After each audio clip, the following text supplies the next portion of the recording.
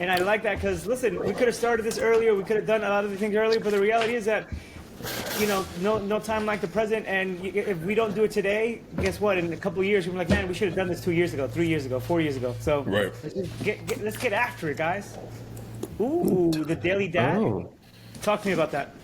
So this is a book from Ryan Holiday. So it's basically 366 entries, and it's you're supposed to do a page a day or read a page a day, and it usually has like no, that's a bad example.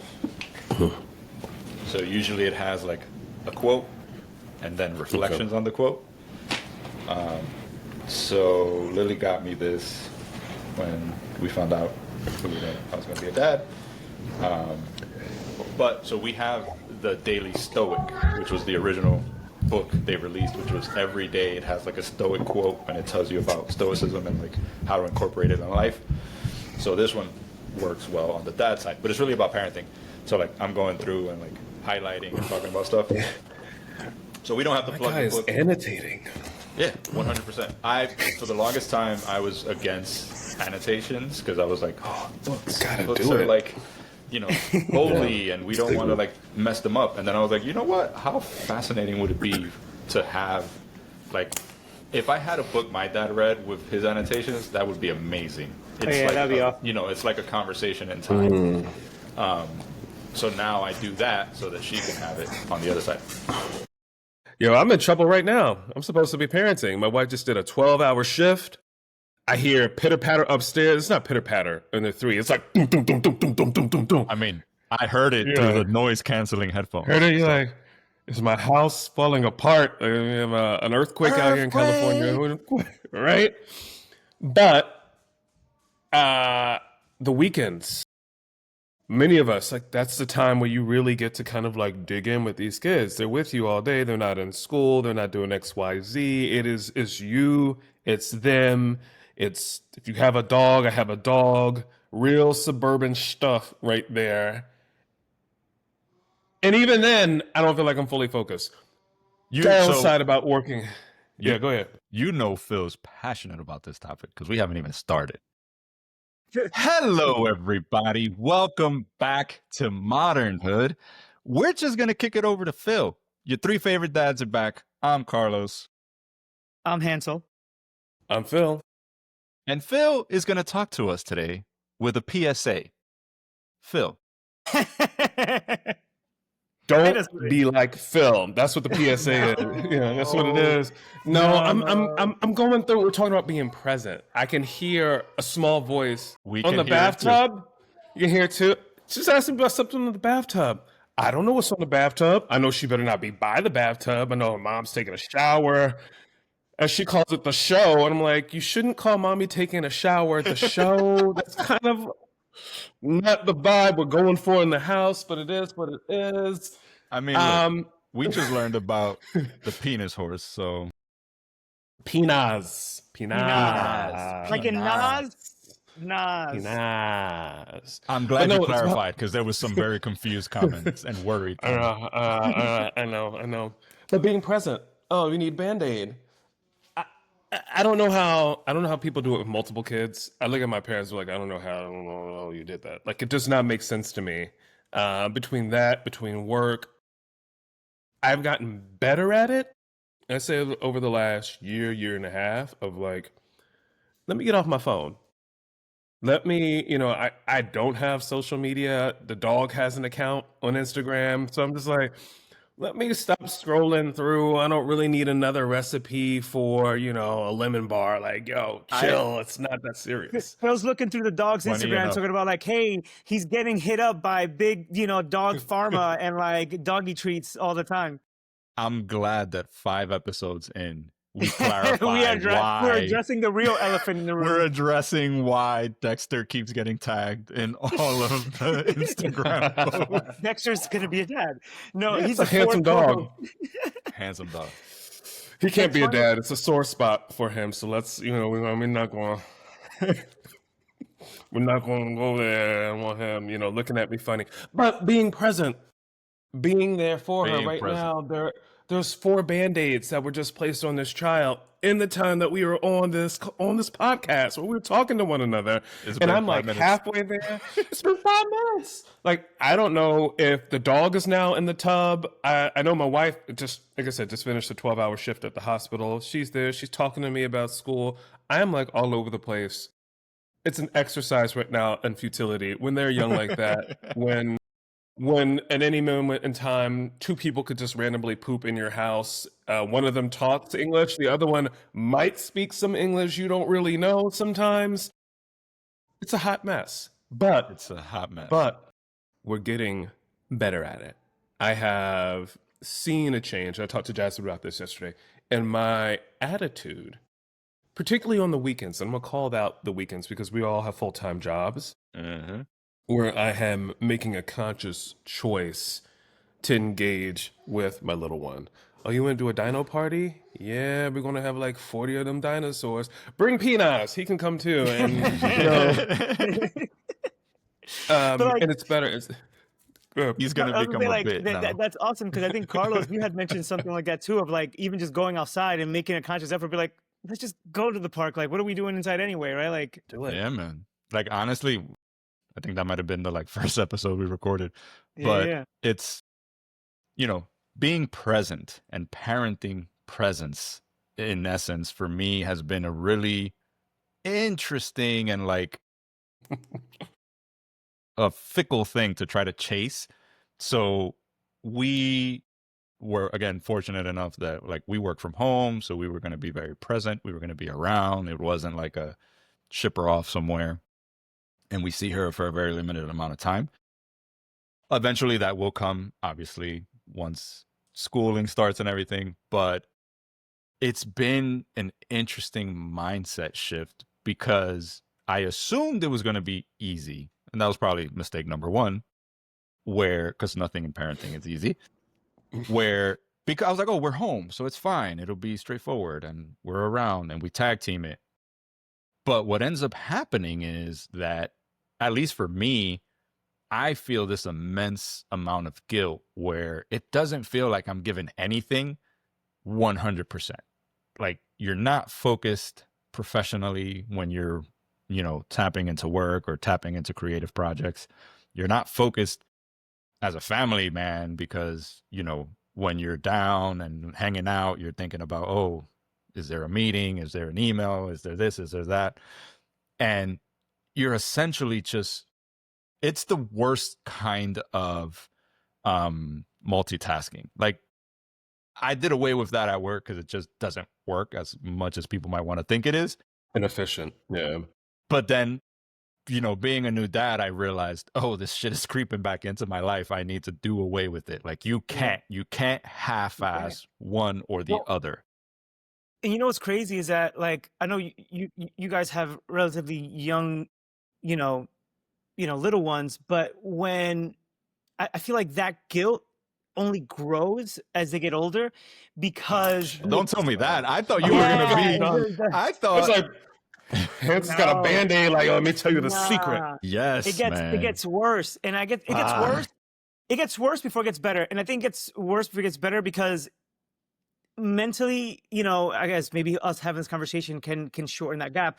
You end up falling into the trap of kind of societal expectations in the sense of hey, you feel like you have to be at every school function. You have to be homeroom parent. You have to volunteer for Hispanic Heritage Month. You have to, go and be the parent that does this thing and shows up at 3 p.m. on a Tuesday because that's the day that they made, the presentation in school. And it's you have to end up kind of finding a balance because you're not going to be able to be homeroom parent, right? Because that's almost like a full-time job. And especially if you have a job that requires to be in office or, some other, responsibilities. So it's how do you deal with the guilt of saying, hey, there's other parents doing that and I'm not, but that doesn't make me less of a parent. That doesn't make me less involved.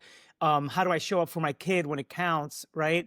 Perfect example, our youngest, it wasn't mandatory, but she's in cheer, and they're like, hey, during parent orientation, which was like in the middle of like 12 p.m. on a work day, which I'm not going, they're going to perform. And it's like, well, she's not going either, because if I can't go, who's going to take her? And it's like, well, we felt bad because she wasn't there, but like, it's not competition, right? It was just, Right. nice to have. So dealing with that and saying, hey, it's okay. Guess what? When it comes to practice, when it comes to, being there for competition, she'll be there. It's okay if she missed this, orientation like showcase. It's okay. Like, it's not gonna be. You know what?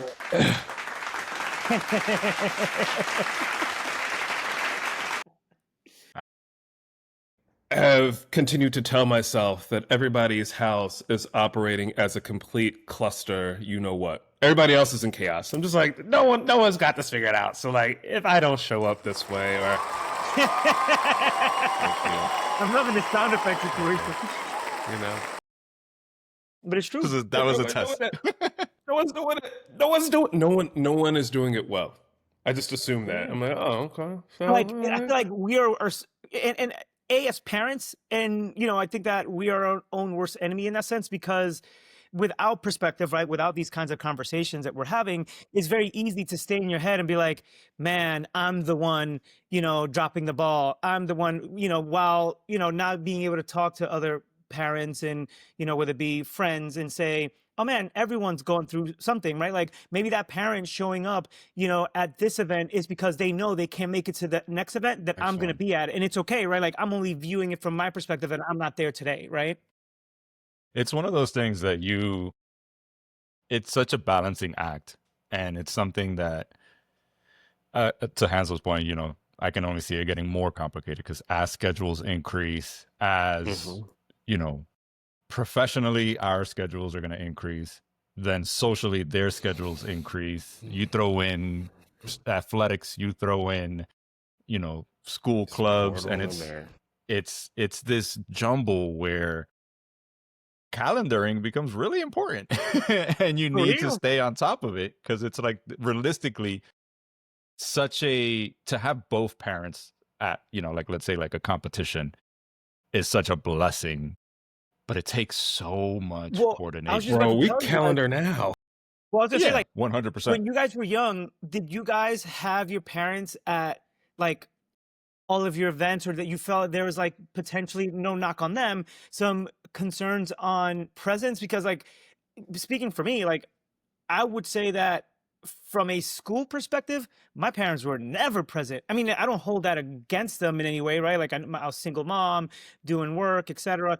But like, I was in baseball and I had no one in my games my whole high school career. Like, obviously, I'm not saying that makes it okay, right? But like, it's funny how obviously we try to live, and I say we in the very aggregate, general sense of the term, to a level of perfection that is kind of like imposed, right? Society will be like, I have to be at every single meet, and at the same time, like, I feel like I was okay. Like, I understood the reason why my parents couldn't make it, and I didn't hold it against them.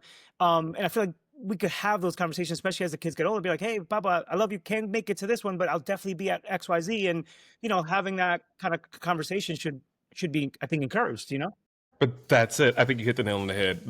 Mine did a good job of kind of splitting, like, whoever needs it the most right now, we're kind of going to go in that direction. But they were very clear on, I will be here and I will be there when it matters, when it counts to you. So if I can't be there, for 2 of those games in that week, like, which one is the one that you want me to come to? And I'm going to figure out a way, to make that happen.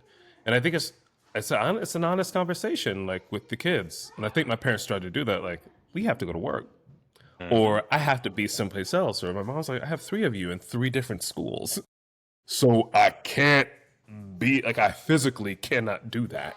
Correct. And so as a kid, you just gotta figure that out. I don't think we turned out any worse for wear. Like, middle school, I wasn't expecting my dad to leave work and drive 50 minutes to the middle of nowhere to see me play soccer in 6th grade. Yeah. But baseball season came around, and like, I look up, oh, there he is. And I think that it's one of those things where also the importance of make the moments that you can be there count, and ensure that if you're there, you're there. Because one of the Right. things that, given culturally, societally, speaking to Hansel's point about like what's now accepted, it's the, everyone is somewhere and it's just this. Yeah. Yep. And Yep. like, Yep. put the phone down and just I thought you were gonna drop an disconnect. F-bomb for a second. Yeah, I paused. I only get allotted a certain amount and I want to F-bombs use in a them wisely. Marlo has to use his F-bombs, strategically. I don't want to get us kicked off any platform, so I'm But yeah, no, being I agree. Like, put judicious. the phone down, dude. It's one of those things that you see it on a day to day, so it's whatever. Right. But I didn't expect to see it like on the playgrounds. I see it when we're out and about, and I'm just like, pay attention to your kid. This is what 30 minutes of your day. Disconnect. And I know that it's not always possible, and it can't always happen. And maybe you're stepping out, so you still need to respond to Slack. Like those instances, I get. But don't tell me that you need to be looking at the screen for the 30 minutes. In my defense, I'm taking video and I'm taking photos. But Hear me out. Wait, Phil. For my partner. Wait, Phil. There's a difference between taking a video, taking a photo, and you looking down while your kid is running amok. Right. And you're on Instagram scrolling while your kid is like, right. Yeah. Like, I'm not talking about videos and photos, by all means, obviously, because that's what we live. It's not like you can't touch your phone, right? It's like the nature of attention. When you're on your phone taking pictures, you're still paying attention to your kid, right? Like you're trying to capture the moment versus like trying to zone out to quote unquote let them do their thing. Listen, that reminds me of like really not only just from a personal perspective, because we're talking from the perspective of like, so we're at home or we're with the kids, but the reality is that dynamic only increases too when we think about our careers, right? Like recently, me and Maria have got new jobs and new routine, and now, because of commute, because of a lot of factors, we're getting home. Thank you.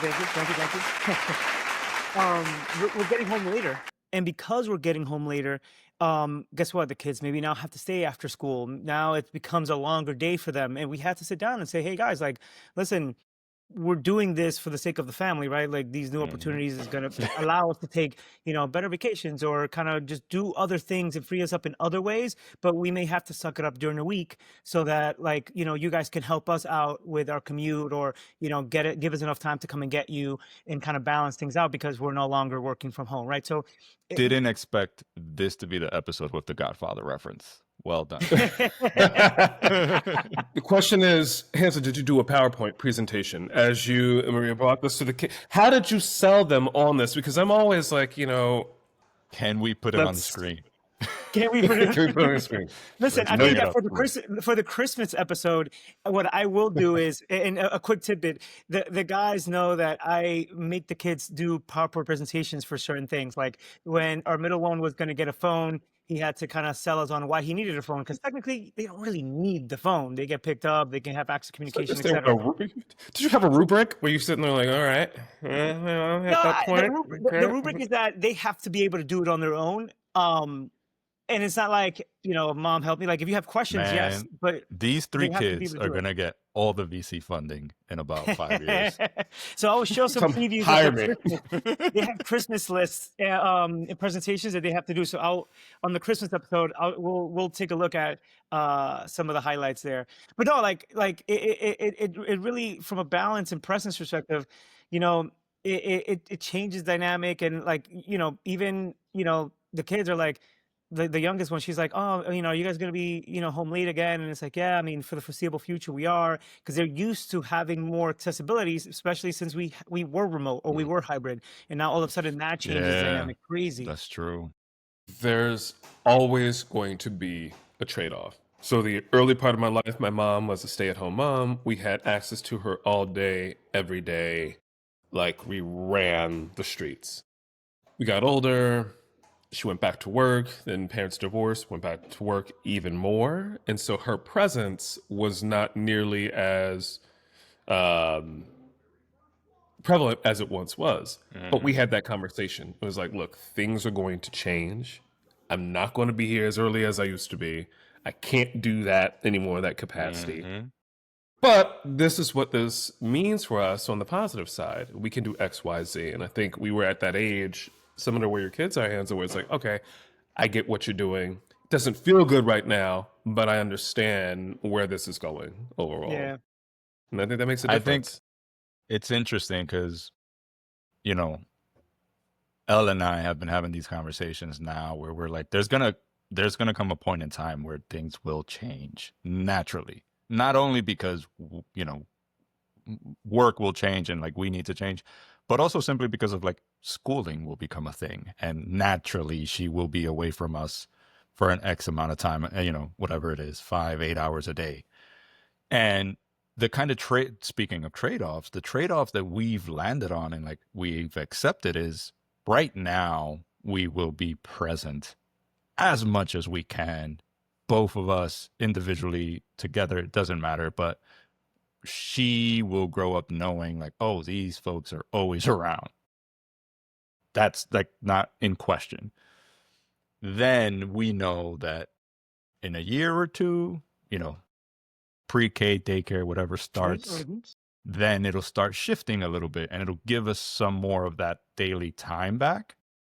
And that's okay. And it's okay to not be around as often or to split up and be like, okay, you know, again, dad's doing a podcast. So like I'm up here while they're at the playground or running around at Target. Who knows? Right. Getting more dinosaurs. But it's one of those things that it all comes down to trade-offs. And at the end of the day, so long as you make the most of the time that you do have with them, I think that is leaps and bounds, you know, more important and impactful than like, oh, I'm always around. If you're always around, but you're not present in that You're moment, not there. Who cares? Yeah. You're not there. it doesn't matter. Yeah. If you're standing around them, but they're still, you know, having to do their own thing and like they know, because one of the shocking things is, again, A is 16 months now. And the amount of focus and like awareness that she has to us being in her space and in her vicinity is just mind-boggling sometimes. Like her being aware when we're on the phone, like I'm guilty of it. One time, you know, I went to answer a Slack. I looked up and she was standing by her ball pit just looking at me. And it was like, oh. She's like, oh, really? Oh, really? You really going to do that right now? I was like, we you doing? right. Oh, And I okay. just slowly put my phone away. Like, you know, when you're trying to not aggravate a predator. Yeah. She said, catch me outside. Yeah. If I stand very, very still, maybe she Yeah. It's like, you know what? Let's go outside. Distraction. Like, you know, that's an interesting concept. Like what came to mind as you talk about to me is like how time and presence shifts, I think, from very early childhood to as they get older, which is like, to your point, I guess in early childhood, you really just want to kind of volume of time because everything's so new and they're just kind of developing. And then as life and they grow into their own lives and their own personalities and their own interests and sports and school, all of a sudden, I think it becomes more of like, obviously it's not about volume because you can't, you're splitting between parents, you're splitting between activities. And it becomes about like, how do you make quality in like kind of concentrated, right? So it's like one of the things, even for me, obviously we have a split parenting situation where we have the kids, you know, 50% of the time. So there's every other weekend, we don't have the kids. So on top of the work and social is like, okay, now we don't have you this weekend. So there's not, I wouldn't say pressure, but intent on our part to say on the weekends and they're with us, let's make sure that we are doing something together. We're playing a board game day. We're doing this together. Even if we're going to stay home, hey, let's plan to watch a movie together. Even if we're going to play video games, hey, let's play Mario Kart. But like, let's make sure we're doing dedicated family time things, because yesterday we spent all day looking at going around town, getting uniform, right? And stuff that has to be done because it's for school. Right. So that's a Saturday done. So, you know, for Sunday, we want to make sure that we do something fun and enjoy, you know. But so like, you've got intention. There's so much intention in what you're saying and what you're doing. And I hear that from both of you. I think it's the stance that we tried to take in our house. It's like, okay, I keep thinking back to that. Hey, how many summers do we have left? You know what does that Yeah. actually translate into on a daily basis? And it's like, well, yes, your needs are a little bit different. Toddlers are always trying to off themselves. This is what they do. Dude. But you're a little bit better about it now. Like if you do something, you need pineapple. Gotcha. It's usually something that they are doing themselves, not that they're unaware of it. So I will get you pineapple. You better go get her a pineapple. I'm not getting her no pineapple. We're gonna finish this podcast and then she'll get pineapple. Maybe she won't yell at me later. She's a bully. But Listen, that intention, yeah. that intention is so yeah. important. Yeah. The I agree. irony that we're talking about being present. in Right, this right, episode. right. This is only happening because I'm not in my office, because the lighting out here is a little bit better. And she sees me, she's like, either I want to be on this call with you, be on this podcast and film with you, or I'm going to ask you, to make me an ube waffle and walk the dog at the same time. Just random stuff just to get your attention. Time Ube out. waffles? Ube waffles? Oh, my guy. Am I sleeping on Ube waffles? Trader Joe's, buy the prepackaged stuff. It's not complete, so you got to add the oil. I think you got to add the egg. Chef's kiss. All right. Yeah, Carlos, check it you know out. about this? Check it out. I don't. Am I the only one that don't know about this? Oh, okay, I'm about to say like, no, I don't know. I'm being left but out. again, I'm not surprised. It's Phil. I'm not surprised. What I will say is that that's also part of it. Like she's like, "Oh, Dad, you're around. I'm gonna get your attention. You gonna pay attention to me one way or another." Because she's asking for pineapple now, and I'm pretty sure that if you don't get up and get her that pineapple, the next thing you know, she's gonna be standing on the back of the couch, being like, "All right, I'm gonna get your attention." She will go grab a knife. So we're at that age where like I had to move my knives. I don't know if you heard that. You will get a pineapple. But she might try to do it herself. So there's a level of also independence there. The Like autonomy. she's like, if you're not going to do it, I'll take care of it myself. I'm like, no, Like, please say don't less. do that. Yeah. I'm like, no, bro, please chill, be easy. And she is coming over the couch. So you called it. You nailed it. She's like Told literally you. throwing her body over the He's couch. like, I will make this work. So, to not risk, Phil getting a poor performance review, I think we need to let him go. we need So he to can be wrap present up. for the pineapple distribution request. Yeah, I mean, look, at the end of the day, I think it's about that time anyway. So we're bringing it back. Mini segment, Dad Realization of the Week. It's been a few weeks now. We haven't talked about them specifically. I think that I'm curious, like what have you all realized as of late? Or what has clicked even after all of these conversations and all of the comments we're seeing? And it's been interesting to me because I've seen so many, I've gotten so much outreach that is about how this has shifted perspectives and how relationships have started to shift. People wanting to be more intentional, people wanting to reach out. And I'm curious, like, what has come across your inboxes?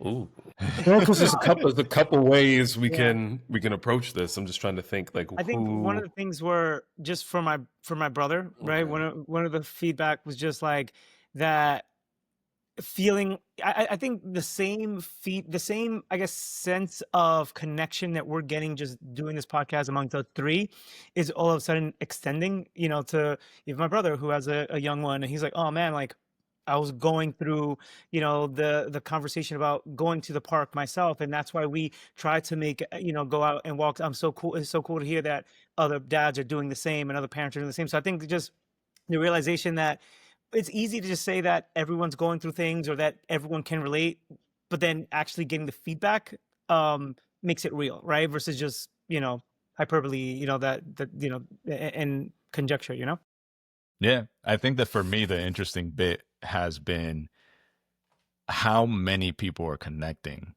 And, I've gotten surprised by a few of the outreaches where folks are like, yo, I thought I was alone in this. Or like, damn, that episode really made me like sit and reflect about how I need to be better at outreach and how I should be building these relationships more. And it's been interesting to me because, as you start on these creative ventures, it's just like, oh, is it gonna connect? And that one text that I got that was like, hey, this has made me want to be more intentional with my relationships and reach out more. I was like, all right, we're good. That Winning. in and of itself, like, we changed one perspective and have allowed somebody to kind of shift what they're doing. I think that's very valuable. Huge. Okay. I would say that I, much in the same boat as you, Carlos, have sort of seen that happen with some of the folks in my friend group. People that I'm very, very close with, where like we weren't talking and communicating as well as we had in the past. So there's like a lot of stuff that has happened where you're just like, oh, wait, I didn't know that was there. And next thing you know, you're literally, maybe I talk to you 2 or 3 times a month. This past week, I've talked to you like 2 or 3 times that day. Yep. Because it's like, wait, what did y'all do here? Or what happened here? Or like, are you going through this? And like, yeah, I'm seeing it too. It's real. But I think it has really brought the conversation back to the front of our minds, where we're like, okay, this is important. Maybe I do need to talk through some of these things. Maybe it is good. Maybe this is also a good way for us to start conversing more, to kind of talk about what some of these things look like. And, you might even, have some advice, and, some things that might be helpful to me, or I might have some things to share with you. And I'm going to get you some pineapple. I'm going to get you some pineapple. I promise. Get the lady pineapple. But I think that it's been really good at forcing me and forcing my friends, I think, to look at some of our relationships and how we are managing those with ourselves and how we're managing those conversations with our families. So, yeah, I think that to that point about sharing, it's also fascinating how, like, to Hansel's point, I'm good, wife's good, kids are good, hope you're doing good. Like, that struck a chord with folks, I think. And you realize that, oh, I don't have to be we ain't good. We're not good. It's okay to say it. And it's okay to say it. Well, in order to allow Phil to go get the lady some pineapple, we're going to wrap it up. For that reason only. For that reason only. But we do want more outreach. Keep reaching out to us. Keep submitting comments. Keep emailing, texting, calling. However you can access us, access us. We are going to start rolling out invites because we want to invite more dads. This isn't supposed to be a silo. If you are at all interested in joining us in an episode, reach out. Let us know. We would love to have you. No, like this. Cut it out, Phil. On that note, take care, everybody. Hope you have a great one.